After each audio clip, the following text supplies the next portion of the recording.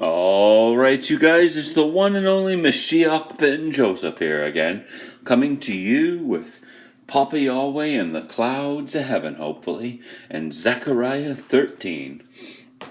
I just like about half an hour ago, God asked me to reread Zechariah 13, and as I read it, He told me things about it and how to understand it again, like a little bit more in depth than last time. And I was like, holy crap, about halfway through, I thought I got to start writing this stuff down. So I started writing it down because I don't have a computer. I'm just using my mobile device. Yeah. But I wrote it all. I wrote down everything I could try to remember. And I thought I would read it and then ask God to create signs in the clouds, like a face or a 314, if this is really what He was trying to tell me, and how to interpret Zechariah 13. All right. So anyway, here we go. In that day there shall be a fountain opened to the house of David and to the inhabitants of Jerusalem for sin and for uncleanliness. And that means that despite following their religions, they are still filled with sin and uncleanness, because the religions are false and failing them. And it shall come to pass in that day, saith the Lord of hosts, that I will cut off the names of the idols out of the land, and they shall no more be remembered. And also I will cause the prophets and the unclean spirit to pass out of the land. All right. Now that means God will cast out or kill the prophets and an unclean spirit because they do wrong. Now remember, this is about part of the fountain for sin and uncleanness. All right. So he's talking about he's going to open up a fountain, and then he's going to cast all these prophets and the unclean spirit out of the land. All right.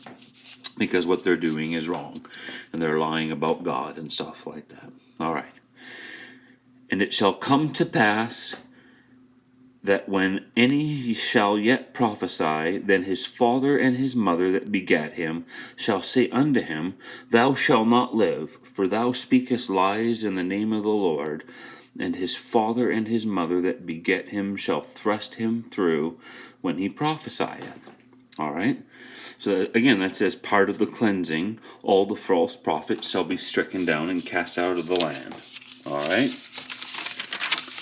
All right, let's do this. Okay.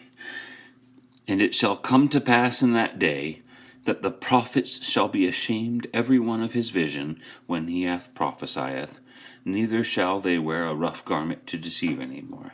All right? Which means that once they see God is not pleased and issues death warrants, they stop lying. Okay, now it says, but he shall say. Now remember this is about the prophets and the unclean spirit. So we've covered the prophets, now we're moving on to the unclean spirit. But he shall say, I am no prophet, I am a husbandman, for man taught me to keep cattle from my youth. Oops, I screwed that up there. Let's put from my youth. All right. And one shall say unto him, What are these wounds in thy hands? Then he shall answer, Those with which I was wounded in the house of my friends. All right? So, despite being warned, the unclean spirit still lies even after being thrusted through. Remember, it just finished saying that the prophets, the false prophets, shall be thrust through by their families. All right? The people close to them shall thrust them through. All right? So this guy's got holes in his hands.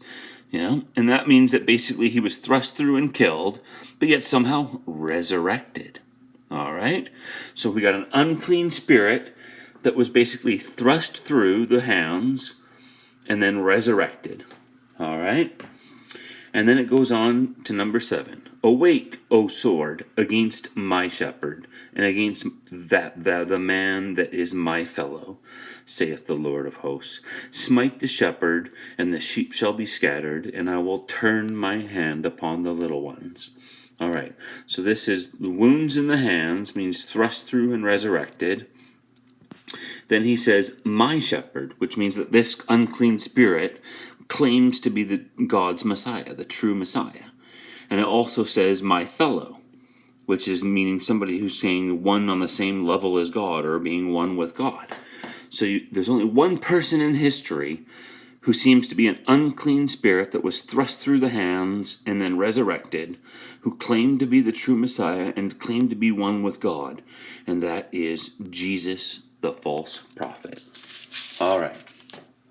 Now going on to number 8. And it shall come to pass, and remember, if Jesus is a false prophet and claims to be the true Messiah and one with God, but he's not, he's an unclean spirit, then that means he is the false Messiah, or the Antichrist.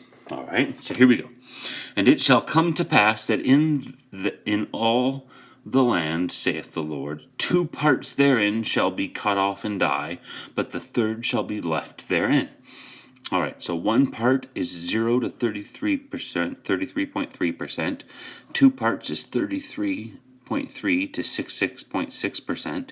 And the third part is 66.6 to 100%. All right, now if you look at 100, that's the letters J and then 0, like Joe, which is J-O-E. Now, in the alphabet, every letter has a mirrored opposite to it, like a broken opposite. All right, so the opposite of I, or J, is I, the opposite of O is Q, and the opposite of E is F. So IQF.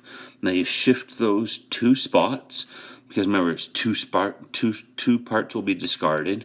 So you shift 2 spots, and Joe, mirrored and then shifted, is actually God. So you get 666 and God.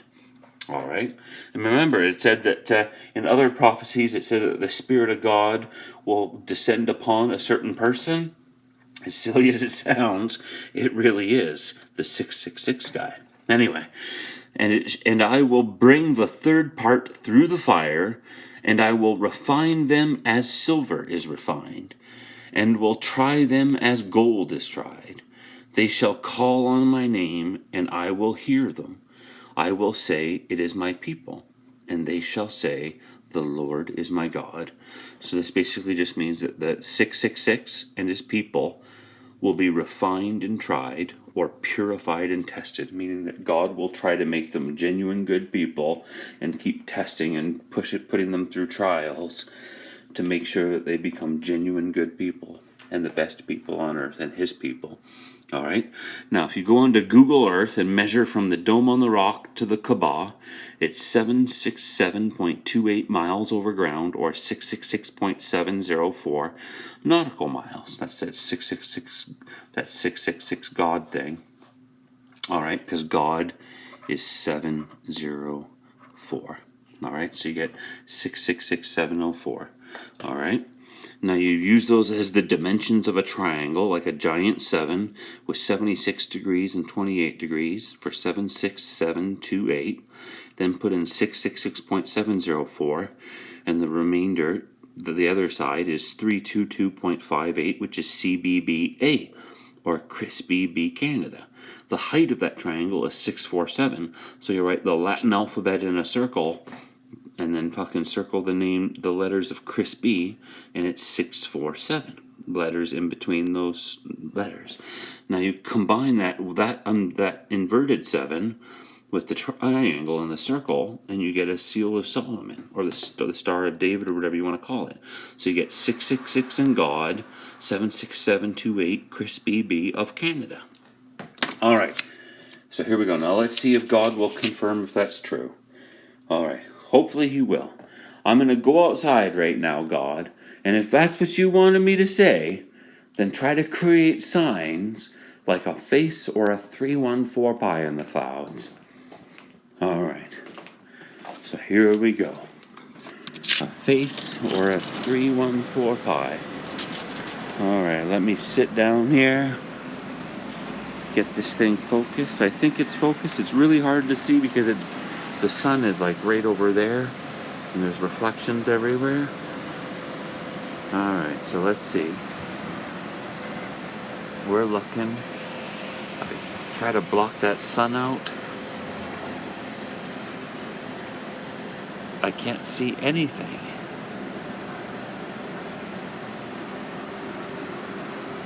I can't see anything.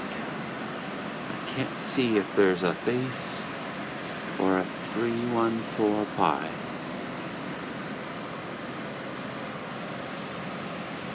Well, it's not very good, but there's sort of like an eye there, a big nose, and then a mouth there beside the sun there. It's kind of fizzling away.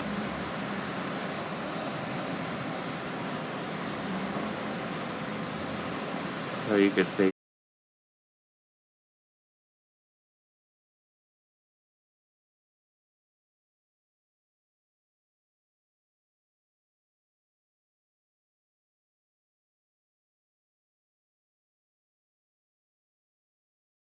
that that's a little face right there.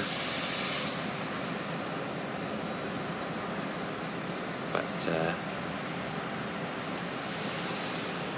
is that a 314 right there? I can't see if that's a 314 because the sun's in my eyes. But anyway, we'll go inside and we'll check the video and see if we really did get a base or a 314. So there you go.